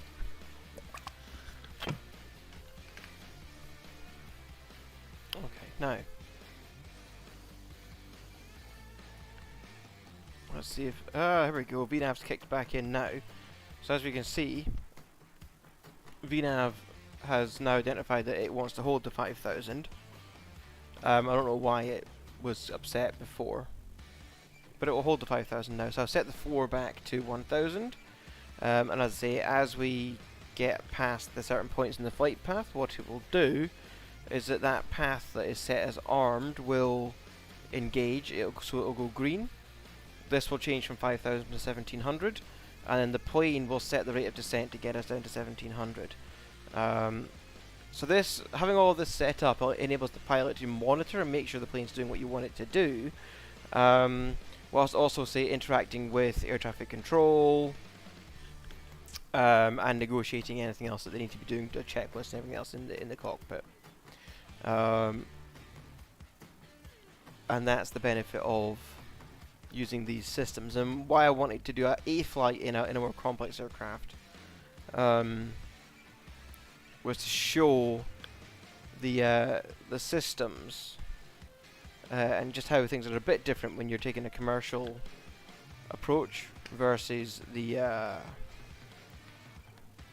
private pilot VFR approach.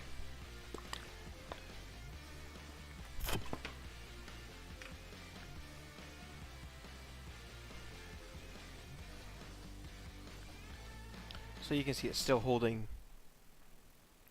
5,000 right now. If you look here on the nav display, where my mouse is, I'll kind of move so you can see it. Here, TOD. So this is top of descent. Top of descent has been calculated. So when the aircraft hits this point, it will descend to 1,700, and it will get there by the time it gets to Delta 229 Lima, which will set us up for intercepting the ILS on final approach.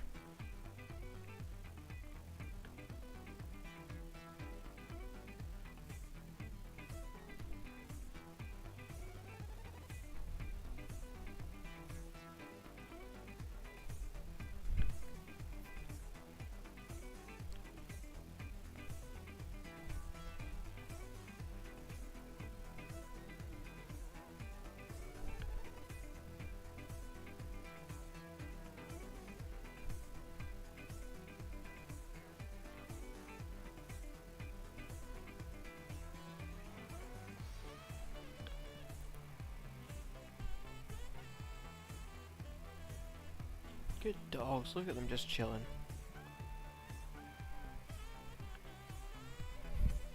Still not sure they understand how where the treats come from or why they get the treats. So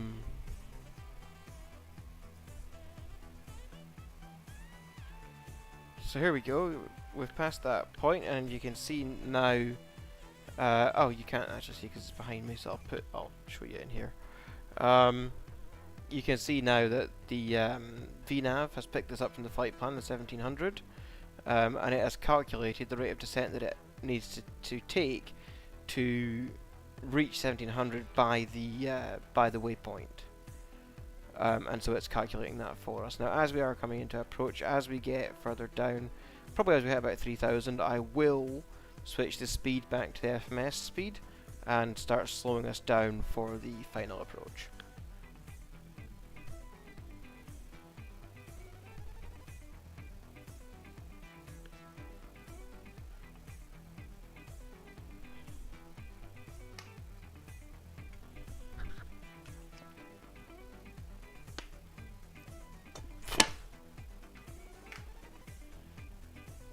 It's thirsty work, this talking and flying aircraft.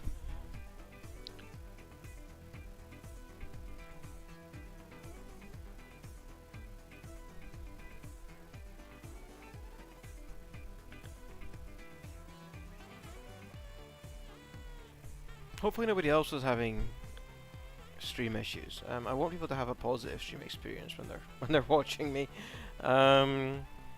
I did notice that the viewership dropped. I wonder if YouTube's just had a bit of a stutter.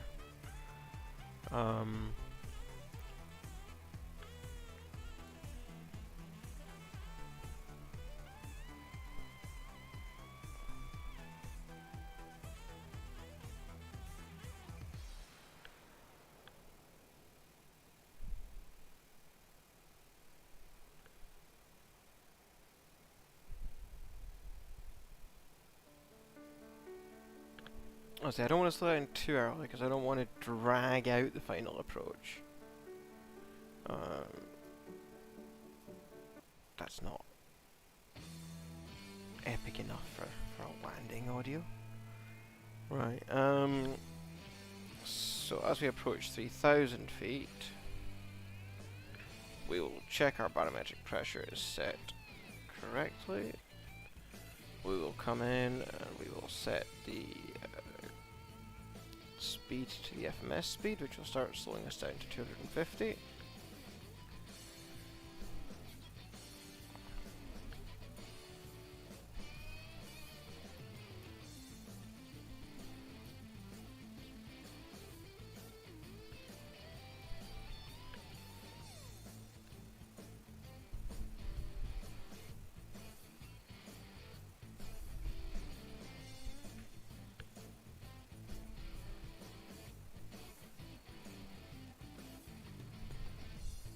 If we grease this landing, everybody needs to subscribe, right?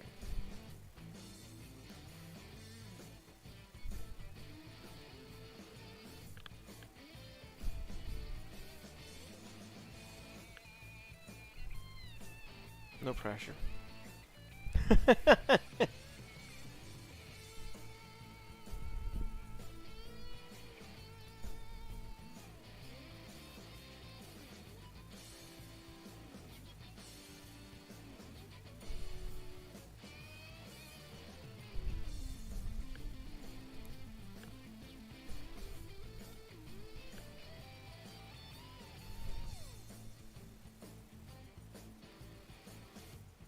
Oh, the sim is stuttering, so you'll see that on the stream.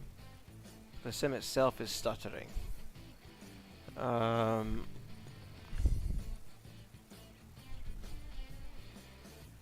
As we make this final turn onto the initial approach fix, what I am going to do is I'm going to hit, well, I've got it my autopilot controls here, but if you're a pilot, you'd hit the APPR button, which is here. So you'll see that light up. And what that's going to do is that's going to arm the approach, which is the localizer and glide slope. See, interesting thing to point out again, right? Is just, yeah, I've set the floor at 1,000 feet, but the VNav kept us at 1,700. Yeah. And that's the beauty of having that, do that way. Right. So, just as we come out of this turn, I'm going to wait for us to come out of the turn. So, watch for it. Oh, you can't see it. Watch for a light to come on over here, right? I'm about to hit the APPR button, right? That's getting our inbound command. So we could wait till we're cleared on the ILS, which we haven't been cleared on the ILS yet, so we could do that. Let's do that. Wait till we're cleared on the ILS.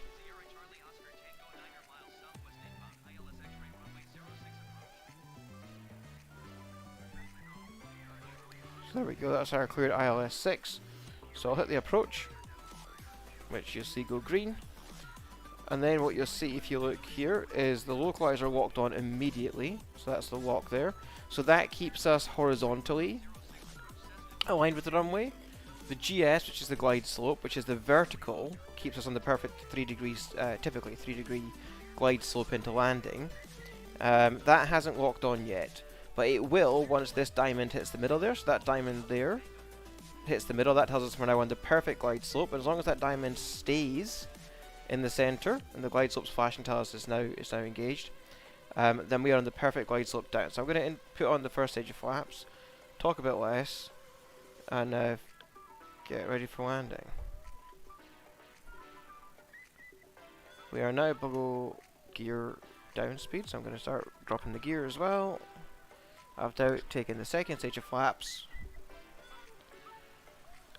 And our approach speed should be 140. We should land about 127.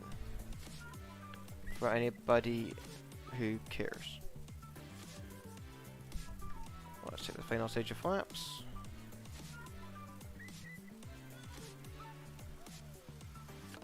Are we clear to land? We are clear to land. So I can see 2 whites, 2 reds. Everything's looking good.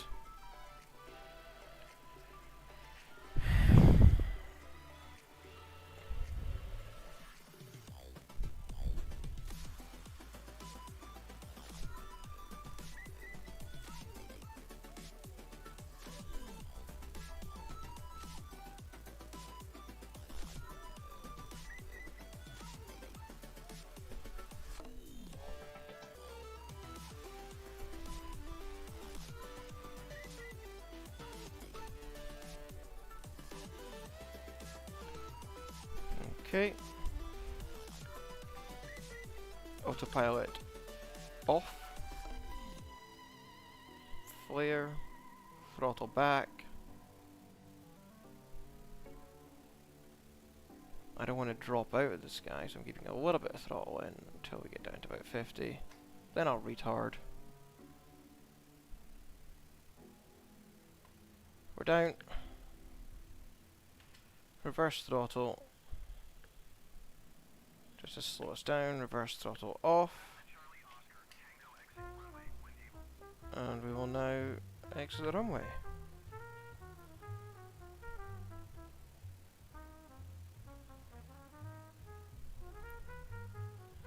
Come on. That was nice. And we stopped like really early on the runway. They must have patched some of this stuff, because 6 months ago when I was flying, you had to do all sorts of weird stuff to to get this thing to land, especially in London City where I was flying it.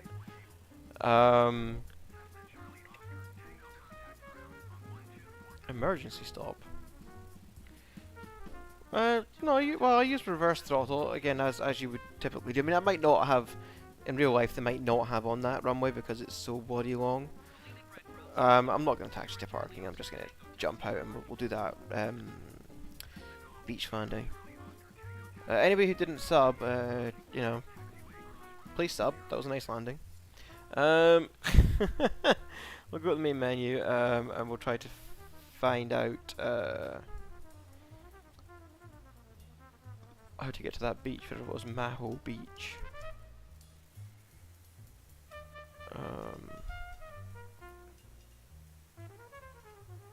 It's adjacent to Princess Juliana Airport, so that's the airport we're gonna be looking for. Princess Juliana St. Martin.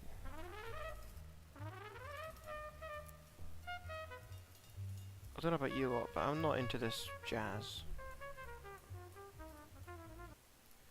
Not gonna do it in this aircraft if we're landing on a beach. It needs to be something light and sporty.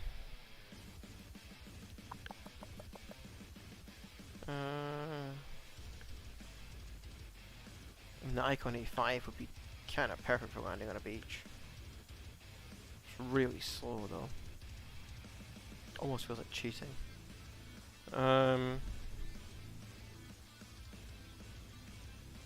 Sure, let's do it in the Icon.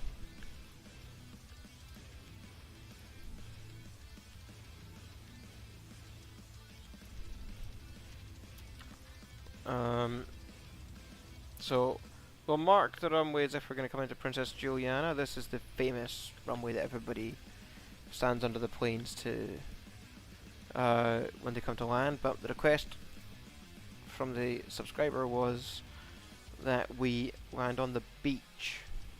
So we'll be doing that. We're not going to take off from a runway. We'll just start mid-air and we'll just land on the beach.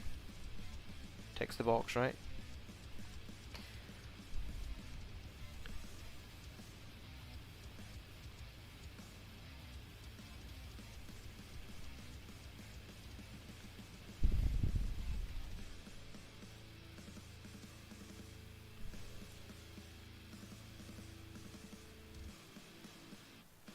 So I'm not even going to request clearance.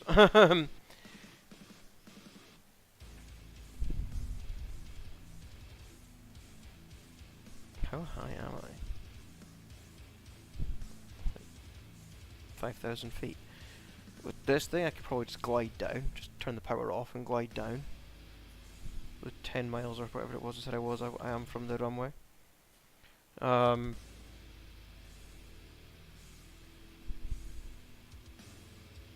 should try and do this in the longitude. Probably not today, because I said I was going to do this as my last landing today. In the next stream, which I guess I've got no excuses not to do now, we will we'll do this landing in the longitude. That plane I just flew.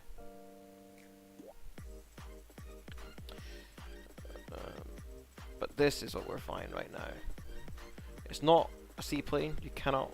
Well, actually, someone correct me if I'm wrong. I think it is actually. I think this is a seaplane. So I could land this in the water. I think. I never fly the Icon, so apologies if I upset any Icon fans. I think you can actually land this one in the water. I'm not planning on it.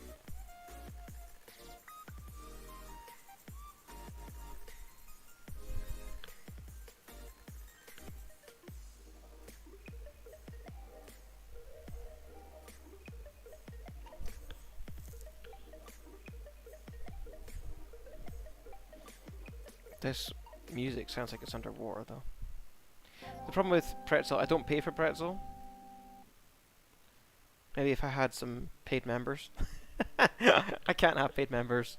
Yeah, if someone wants to donate to me, there's a PayPal link I think somewhere in the description. But if I paid for it, it's like £5 a month, something like that, and then I can actually choose the style of music. But right now, because I don't pay for it, I just have to choose the random. So I just skip the music when I don't like it. There's clearly no autopilot flying this plane. I don't even think there is an autopilot in this plane.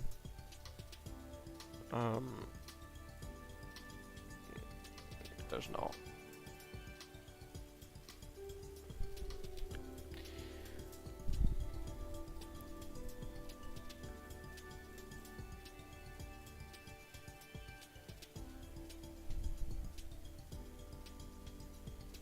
But actually, we're descending faster than I thought.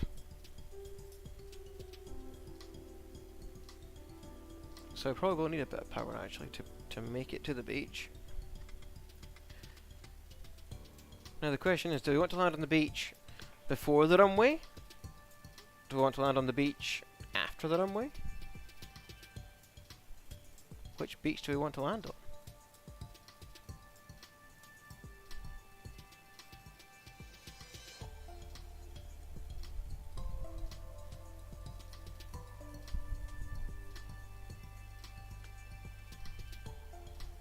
See, it's cool, they've got like a cruise ship there on the water.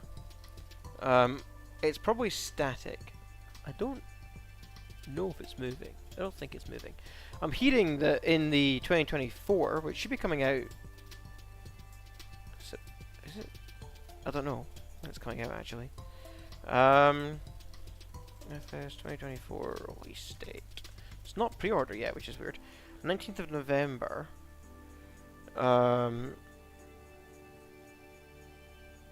So that'll be an early Christmas present for me, because I will have to stream it the day it comes out, assuming it's not like a 1,000,000 gig download that takes a year. That's kind of what this channel does, right? I'd have no excuse for not streaming that on that day. The cruise ships and things like that move, and you know they've tried to make the whole world more interactive. Like they've mapped out and made it look beautiful in 2020. In 2024, they want to make it more interactive, and that you can have like jobs and career paths and stuff like that. That doesn't exist right now in this one. I think I'm gonna land on the beach after the runway, so the one to the right of the runway, not on the little one that everybody everybody stands on. Everybody stands on the one right at the front of the runway, but I think I'm going to land on the one to the right of the runway, because that one doesn't look big enough, and it would feel a little bit like cheating. Nah, it's putting in they've put in a request to land on the runway for me. I'm not landing on the runway.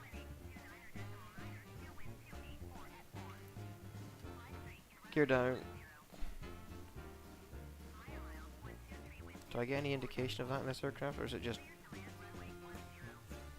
Okay, yep. Weird. Flaps down. Okay, flaps 50 and I've got a 30 as well, okay.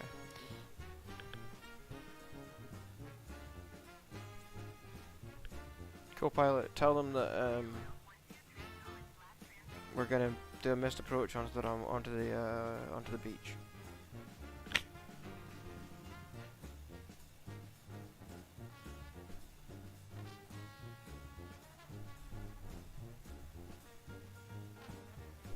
Try and make this really slow. I'm not acknowledging anything, because I gotta try and land on this beach. It's actually really small. Why did I agree to do this on this beach?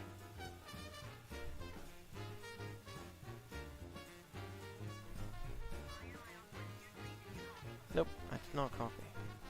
Come on, bring it down, bring it down.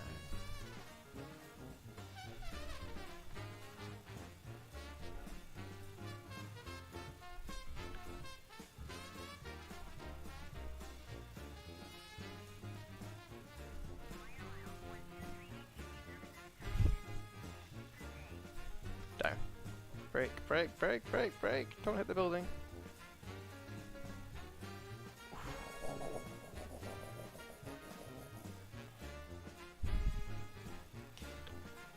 There we go then.